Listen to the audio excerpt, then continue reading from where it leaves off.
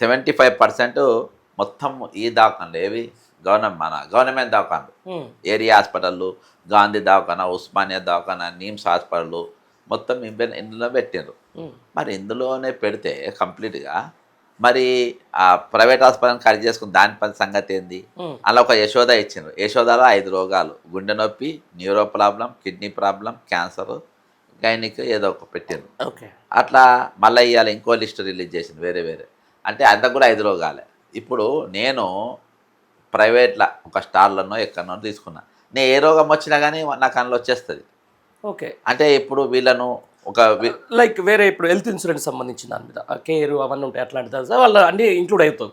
ఈ కొత్తగా అంటే వీళ్ళకి ఇచ్చే బెనిఫిట్ ఏంది? బెనిఫిట్ ఇప్పుడు అదే బెనిఫిట్ ఏం కాదు, నేను అదే చెప్తున్నా. ఇప్పుడు 5 రోగాల కంటే వేరే రోగం తెచ్చుకోవద్దు. అంతే. అన్ని రోగాలు కావాలంటే ప్రభుత్వ ఆసుపత్రికి పో. ఉమ్, అర్థమైందా? ఈ 2 తప్ప నీకు వేరే ఈ 5 తప్ప వేరే జబ్బులు తెచ్చుకో. నీకు రకరకాల ఈ మధ్యలో రకరకాల వైరస్లు వస్తున్నాయి, రకరకాల రోగాలు వస్తున్నాయి. yes, yes. ఇప్పుడు మళ్ళీ ఎబోలా అని మొదలైంది. అవును. అర్థమైందా? అవును. మీకు ఏది వచ్చినా కానీ మీకు అందులో పోతే కార్డు లేకుండా వెళ్ళిపోయి మీరు ఇమీడియట్గా పోయి చేసుకోవచ్చు అన్నట్టుగా ఉండాలి. అవును. అవును. ఇప్పుడు నేను ఇట్లా కూర్చున్నా, నాకు వేరే అన్నోన్ డిసీజ్తోనే కింద పడిపోయినా, అవును. నాకు హెల్త్ కార్డు ఉంది అని చెప్పి నన్ను అపోలోకో యశోదకో పట్టుకపోతారు మామూలుగా నార్మల్గా. అవును. జరిగేది. తీసుకపోగానే ఇలా వీళ్ళు చెప్పిన 5 రోగాలలో ఏ రోగం ఫిట్ కాలే అనుకొని వేరే రోగం వచ్చింది. అవును. అవును. ఏదో ఒక రోగం వేరే టైప్లో వచ్చింది.